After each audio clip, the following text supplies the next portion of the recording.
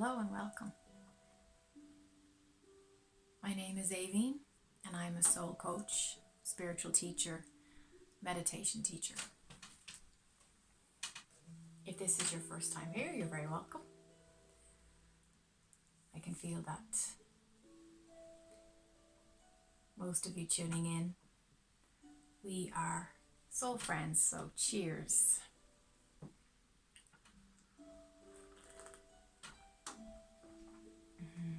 It's pretty cold here. It's typical Irish March weather. You get these outbreaks of warmth and spring. You feel like spring is in the air. And then you get, like today is quite grey and dark. I have to have the light on because it's dark.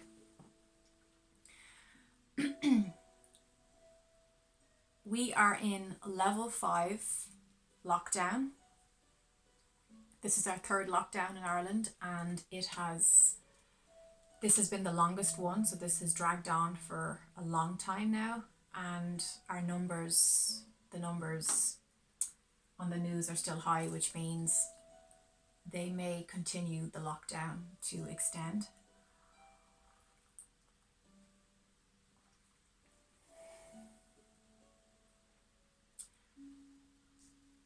I was talking to the group that I work with, and they were saying, we did a Zoom call, and they were saying, everybody was saying how bored and fed up we are and frustrated.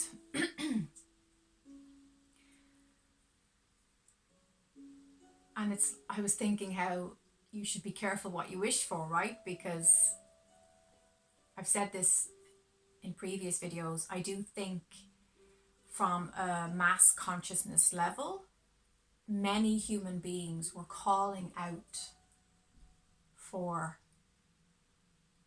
their crazy rat race lifestyle to stop. They were really fed up having to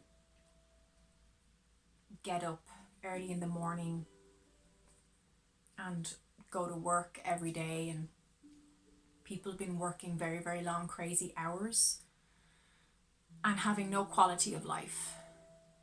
Maybe having a secure income from that rat race job, but there's no sense of fulfillment, there's no heart, there's no passion. And life gets very monotonous when you're doing that, when you're parking your soul, parking your passion, and putting yourself through a routine that is destroying your creativity, destroying your lust for life. So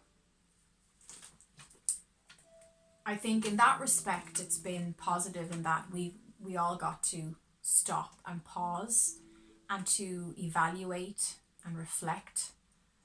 But too much of anything is not good.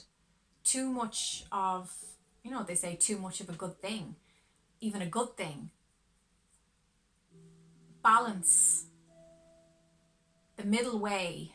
The Buddha said, if any of you read the book Siddhartha, which is that famous book about the Buddha and his life story, and how he went to one extreme where he threw himself into a life of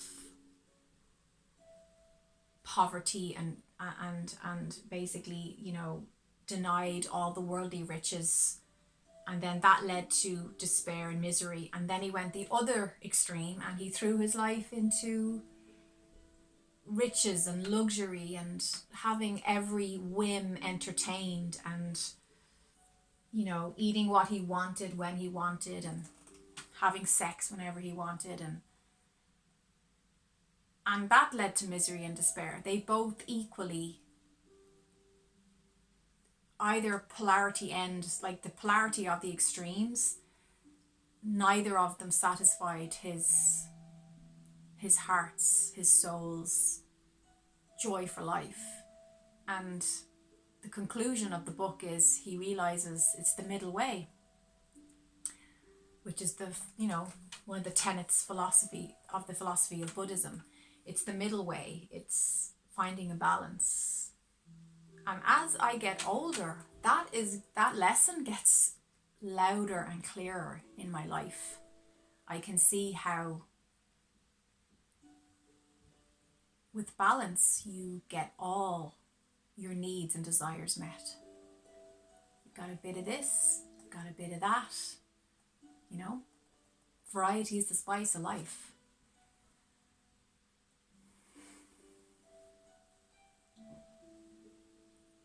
I think some of us, our goal is balance, and some of us are not so good at keeping a balance. I know with work, I used to be a workaholic. And the drive in that was finding a sense of identity in my job, in my role, in my work with helping people. I have detached from that, and I love my work, but I also love to live life, and I love my personal time is very valuable to me. And when I deny that, I get out of balance. So maybe you could think about something right now that you're denying in yourself that's causing you to become unbalanced. And whatever that is, you have a choice now. We're bringing the awareness into those choices, and we can choose again. And you can choose a more balanced approach to whatever that area, that topic is in your life right now.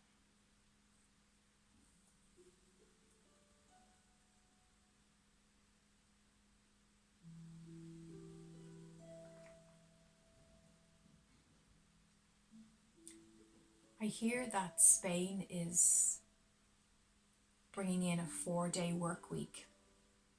In college, my professor was saying that the other day, and I was so happy to hear that. I think the westernized model of people working crazy hours per week, per day, does not serve us. I think it's a model based on living to work instead of working to live. And I don't think it works. That's the truth of it.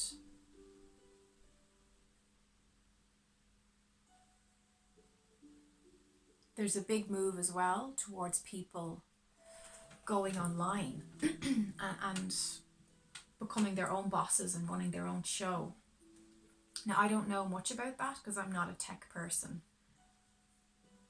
But anything that I see empowering people and helping them to reconnect to their soul's perspective of why they actually came here.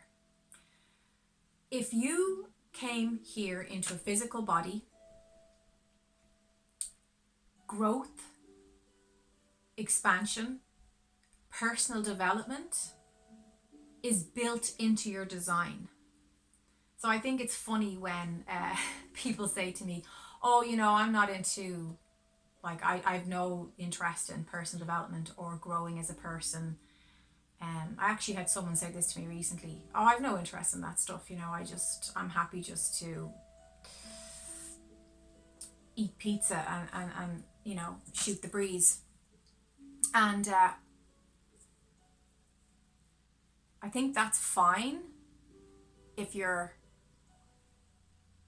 still able to contemplate and reflect upon where you are and where you're going. But that's the interesting thing. Nobody gets to escape progression and evolution. It's part of our, nature is always evolving. Nature is always changing. Nothing is standing still in energy, and you are part of nature and you're part of that energy. So you're either keeping up with that progression. And you'll know you're keeping up with your progression because you'll feel at ease. You'll feel there'll be a comfortable, maybe comfortable is not the right word. There'll be an ease and flow in your energy. If you're feeling a tug of war inside you, that's a sign that you're not keeping up with your evolution. You're not keeping up with your soul's growth. And I do believe the sooner we mature and take responsibility for our growth, our expansion, the easier and smoother our life becomes. A lot of the time, it's the resistance to growing. It's the resistance to releasing what we've outgrown that causes most of our pain and most of our discomfort.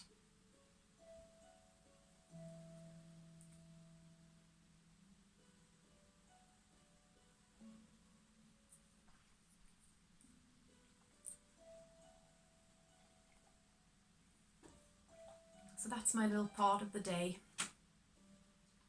Wherever you are, I hope that you're feeling well. I hope that you feel free. I wish that for everybody. And I hope that you know that you are loved. That's my thought.